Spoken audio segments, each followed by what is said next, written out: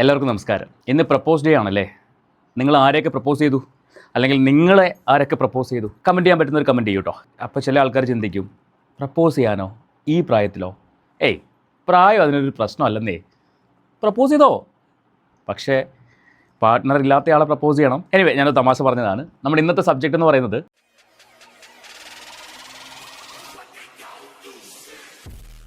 രേണുസുതിയാണ്.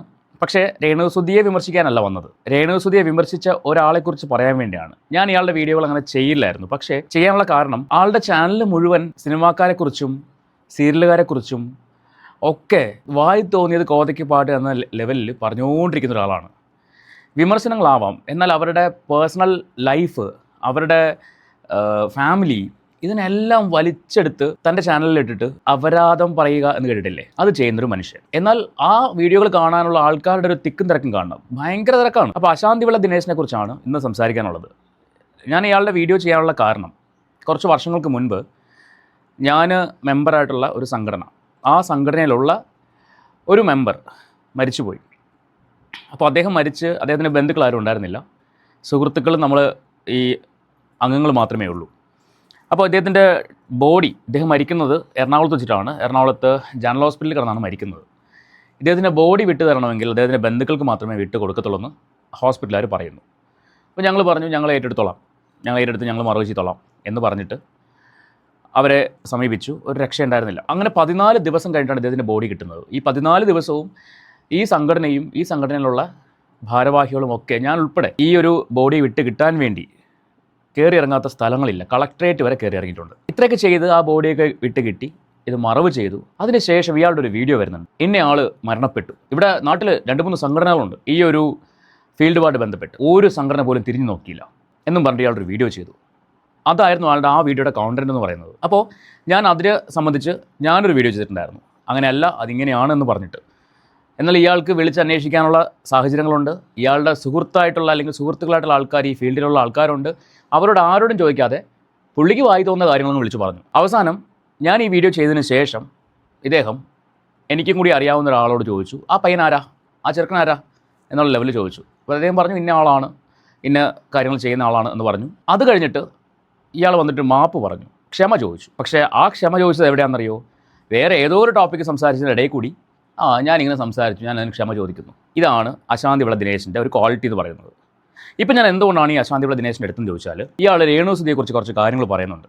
ഒരു തെളിവില്ല, ഒരു എന്താ പറയുക, ഉറപ്പില്ല, അങ്ങനെയുള്ളൊരു കാര്യം.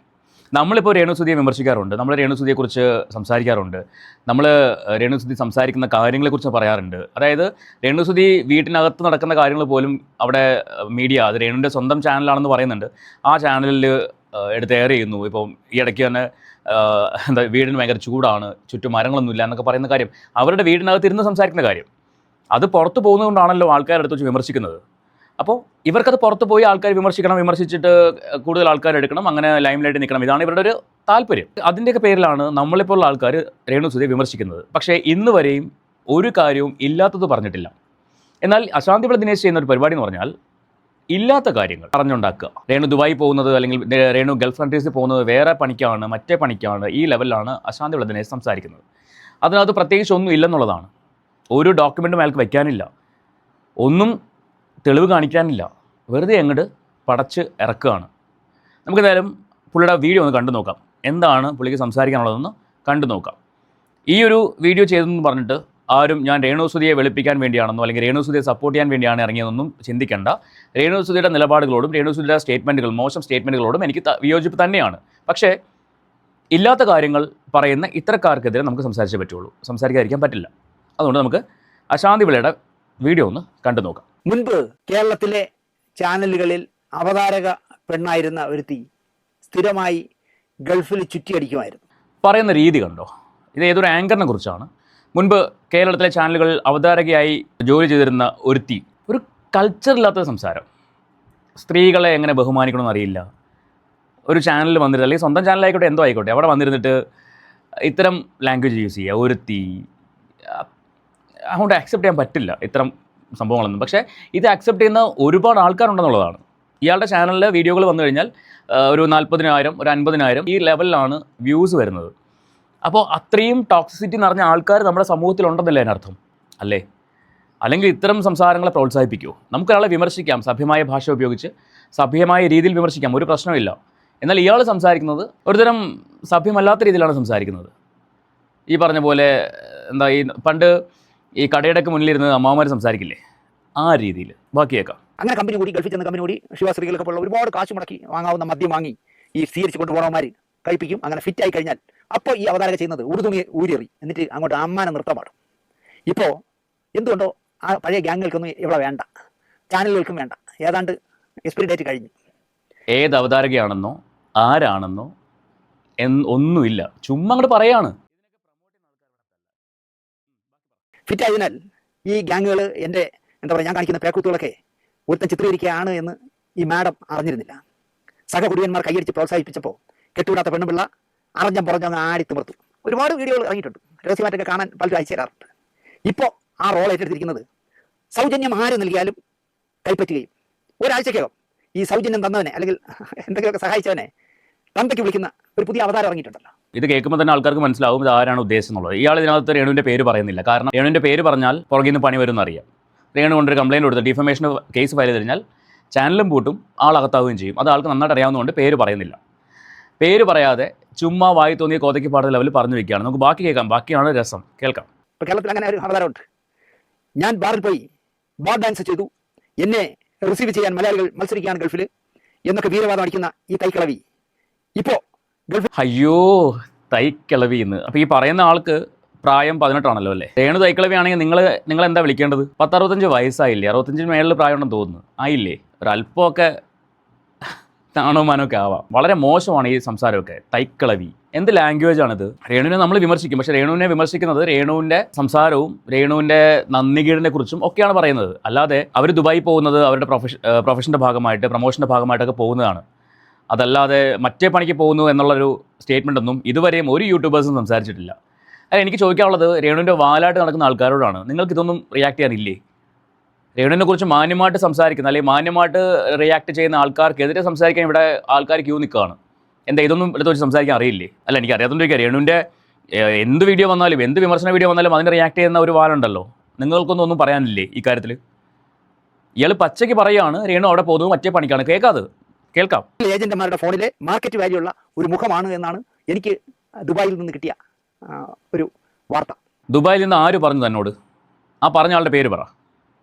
ആ, അതാണ് ചെയ്യേണ്ടത്. എന്നോട് ഇന്ന ആൾ പറഞ്ഞു രേണു അവിടെ പോകുന്നത്, അവിടെ പോയിട്ട് വേറെ കാര്യങ്ങളാണ് ചെയ്യുന്നത്, അതിന് മാർക്കറ്റ് വാല്യൂ കൂടുതലാണ് എന്ന് എന്നോട് ഇന്ന ആൾ പറഞ്ഞു. അത് പറയാനുള്ള തൻ്റെ ഇടം ഉണ്ടോ? ചുമ്മാ അങ്ങോട്ടൊരു വിളമ്പാണ്. നാണം വേണം, അല്ലെങ്കിൽ ഉളുപ്പ് വേണം. അതില്ലാത്തവരോട് പറഞ്ഞിട്ട് കാര്യമില്ല. ഈ ദുബായ് എന്ന് പറഞ്ഞാൽ തിരുവനന്തപുരത്തേക്കാൾ അലവലായി തന്നെ നടക്കുന്ന രാജ്യമാണ്. എന്ത് പോക്കത്തിനും കാണിക്കാമല്ലോ, അവിടെ ഒരു ലൈസൻസും വേണ്ട. അപ്പോൾ അവിടെ നിന്ന് എനിക്കൊരു സുഹൃത്ത് അയച്ചു തന്നത്, എൻ്റെ പൊന്ന് ദിനേശേ, അദ്ദേഹത്തിൻ്റെ മറ്റേ ലവളുണ്ടല്ലോ, ലവള്, അവൾ ഇവിടെ കാണുന്ന എന്തൊക്കെയാണ് ദിനേശെ കാണിക്കുന്നത്? മദ്യപിച്ച് ബോധം കെട്ട് ഉടുതുണി എങ്ങോട്ടൊക്കെ പോകുന്നു എന്ന് പോലും അറിയാതെ ഡാൻസ് അല്ല ശരിക്കും പറഞ്ഞാൽ ഡാൻസ് ചെയ്യുന്ന ക്ലിപ്പിംഗ്സ് ഒരു ഗൾഫ് റിട്ടേൺ എനിക്ക് കാണിച്ചു തന്നു. ആ ക്ലിപ്പ് എന്താ നിങ്ങളിവിടെ കാണിക്കാത്തത്? എന്തേ മുട്ട് വരയ്ക്കുന്നു? അത് കാണിക്കാൻ ഉണ്ടെങ്കിൽ നിങ്ങളത് കാണിക്കുക, തെളിവ് കാണിക്കുക. അല്ല, തെളിവില്ലാണ്ട് ചുമ്മാ വന്ന് കൊണ പറഞ്ഞിട്ട് കാര്യമില്ല. തെളിവ് കാണിക്കുക. വെറുതെ വന്ന് വായ്ത്താളം അടിക്കുകയാണ്. ദുബായിൽ ഏവനെ ഒരുത്തന്നെ വിളിച്ച് പറഞ്ഞു. അപ്പോൾ അവനത് കാണാൻ പോയല്ലോ അല്ലേ? രേണുവിടെ കളിക്കുന്നുണ്ടെങ്കിൽ അവനത് കാണാൻ പോയിട്ടാണല്ലോ കണ്ടത് അല്ലേ? അവൻ മറ്റേ ബിരിയാണി കഴിക്കാൻ പോയതല്ലോ, ഈ ഡാൻസ് കാണാൻ പോയതല്ലേ? ഇനി അഥവാ രേണു കളിക്കുന്നുണ്ടെങ്കിൽ തന്നെ ഒരു തെളിവില്ലാണ്ട് ചുമ്മാ വന്നിരുന്ന് സംസാരിക്കുകയാണ്. ബാക്കി പറ. പണം മാത്രമേ ഇവർക്ക് ലക്ഷ്യമുള്ളൂ, എന്തിനും ഏതിനും റെഡിയാണ് എന്നാണ് ഈ ദുബായ് റിട്ടേൺ എന്നോട് പറഞ്ഞത്. ഇപ്പോൾ UAE മാർക്കറ്റ് വാല്യൂവിൽ മുന്തിയ ഐറ്റമാണത്രേ ഈ കൂതറ. ഭാര്യയുടെ കെട്ടുതാലിയും കയറി കിടക്കടവും പണയം വെച്ച് ഗൾഫിൽ പോകുന്ന ചോര നീരാക്കി സമ്പാദിക്കുന്നവന്മാർ എവളുമായി സല്ലപിക്കാൻ ഒരു മാസം വേർത്തുണ്ടാക്കുന്ന ശമ്പളം പോലും ചെലവിടുന്നു എന്നാണ് പറയുന്നത്. ആര് പറയുന്നു? അത് പറയുന്നു. ഉണ്ടത്രയാണ്, എല്ലാം ഉണ്ടത്രേ. ദുബായിൽ പോയിട്ട് ബാർ ഡാൻസ് ചെയ്ത് അവിടെ തുണിയില്ലാണ്ട് നിൽക്കുന്നുണ്ടത്രേ. അവിടെ അതങ്ങനെ ചെയ്യുന്നുണ്ടത്രേ. എന്താണിത്? ഒരു ഉറപ്പില്ല, ഒരു എവിഡൻസ് ഇല്ല, യാതൊരു ഗ്യാരണ്ടിയും ഇല്ലാത്ത കാര്യങ്ങൾ, അല്ലെങ്കിൽ യാതൊരു ഉറപ്പില്ലാത്ത കാര്യങ്ങൾ ഇങ്ങനെ വന്നിരുന്ന് തൻ്റെ ചാനലിൽ വായ്ത്താളം അടിക്കാൻ എനിക്ക് നാണമില്ലേ എന്നേ ചോദിക്കാനുള്ളൂ. ഞാൻ പറഞ്ഞല്ലോ, രേണു പറയുന്ന കാര്യങ്ങൾ, രേണു നാവിൽ നിന്ന് വരുന്ന വിടുവായത്തരങ്ങൾ അതിനടുത്ത് വെച്ച് വിമർശിക്കുക.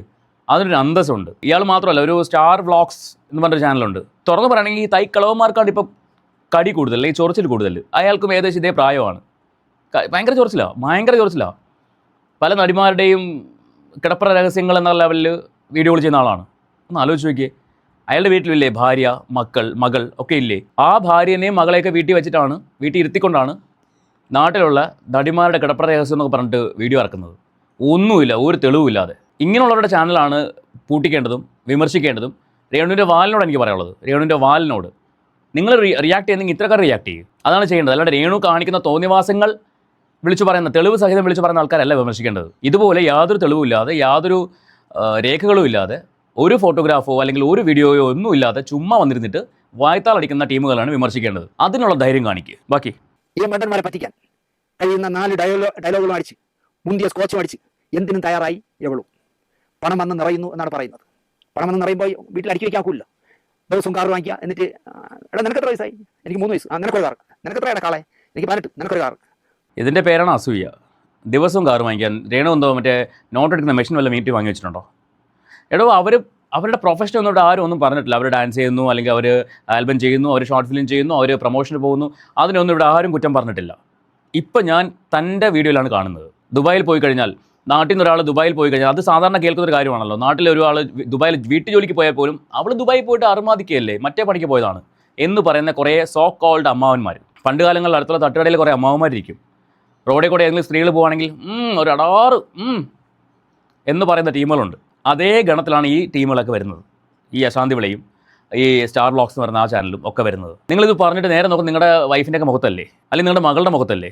അപ്പോൾ ചോദിക്കും അവരൊന്നും ഇങ്ങനെ നടക്കുന്നില്ല, ഇവരെങ്ങനെ നടക്കുന്നു? ഞാൻ പറഞ്ഞല്ലോ, രേണു ചെയ്യുന്ന തെറ്റുകളെ ചൂണ്ടിക്കാണിക്കുക. അല്ലെങ്കിൽ നിങ്ങൾ ഇപ്പോൾ ഈ പറഞ്ഞ കാര്യങ്ങൾ എന്തെങ്കിലും എവിഡൻസ് ഉണ്ടാവണം. അമ്മ വന്ന് ഡയലോഗ് അടിച്ചിട്ട് കാര്യമില്ല. നിങ്ങളുടെ കയ്യിൽ ഫോട്ടോഗ്രാഫ് കിട്ടിയെന്ന് പറഞ്ഞു, നിങ്ങൾ എന്താ പബ്ലിഷ് ചെയ്യുന്നില്ല? പബ്ലിഷ് ചെയ്യാൻ പാടില്ലേ? എക്സ്ക്ലൂസീവ് അല്ലേ? എന്താ ചെയ്യാത്തത്? അപ്പോൾ അത് പേടി അല്ലേ? പേടിയുള്ളവർ ഇമാതിരി പണിക്ക് ഇറങ്ങരുത്. വായി തോന്നി അങ്ങ് വിളിച്ച് പറയുകയാണ്. ഇനി അടുത്ത വൈകുന്നേരം എന്തൊക്കെയായിരിക്കും? ഇങ്ങനെ എല്ലാവർക്കും കാറൊക്കെ വാങ്ങിച്ചു കൊടുക്കണം. അങ്ങനെ പൈസ ഇഷ്ടം പോലെ ഗൾഫ് രാജ്യങ്ങളിൽ നിന്ന് ഉണ്ടാക്കുന്നു, പ്രത്യേകിച്ച് ദുബായിൽ നിന്ന്. എന്ത് ചെയ്യാൻ പറ്റും എന്നാണ് ഞാൻ ആലോചിക്കുന്നത്. താനത് ചെയ്യണ്ട, അവർ ചെയ്യേണ്ടത് ചെയ്തോളൂ. എന്ത് ചെയ്യാൻ പറ്റുമെന്ന് ഞാൻ ആലോചിക്കുന്നത്. അവരുടെ ലൈഫ് അവരുടെ ഇഷ്ടം പോലെ അവർ ജീവിക്കും. പിന്നെ മറ്റുള്ളവർക്ക് ബാധിക്കുന്ന ലെവലിൽ മറ്റുള്ളവരെ വന്ന് സംസാരിക്കുമ്പോൾ, മറ്റുള്ളവരെക്കുറിച്ച് പറയുമ്പോൾ, അല്ലെങ്കിൽ അഹങ്കാരത്തിൽ സംസാരിക്കുമ്പോൾ ആ വിഷയങ്ങൾ സംസാരിക്കാനുള്ള റൈറ്റ് എല്ലാവർക്കും ഉണ്ട്, റിയാക്റ്റുള്ള റൈറ്റ് എല്ലാവർക്കും ഉണ്ട്. അത് തന്നെയാണ് ഞങ്ങൾ എല്ലാവരും ചെയ്യുന്നത്. പക്ഷേ ഇമാതിരി തോന്നിയവാസങ്ങൾ ഞങ്ങൾ ഇതുവരെ എവിടെയും വിളിച്ച് പറഞ്ഞിട്ടില്ല. രേണു ദുബായി പോകുന്നത് മറ്റേ പണിക്കാണ്, അവിടെ കുറേ ആണുങ്ങളുടെ ഒപ്പം ചുറ്റിയടിക്കുകയാണ്, അല്ലെങ്കിൽ ബെഡ് ഷെയർ ചെയ്യുകയാണ്. ഇതൊന്നും അല്ല നമ്മുടെ വിഷയം. നമ്മളിതൊന്നും സംസാരിച്ചിട്ടുമില്ല. ഈ കേൾക്കുന്നതൊന്നും രേണുവിനൊന്നും പറയാനില്ല. കഴിഞ്ഞ ദിവസം ഷഫീനേജിക്കെതിരെ രേണു എന്തോ ഡയലോഗ് അടിക്കുന്ന കേട്ടു. ഇതൊന്നും രേണു കാണുന്നില്ലേ? എല്ലാം കാണുന്നുണ്ടല്ലോ.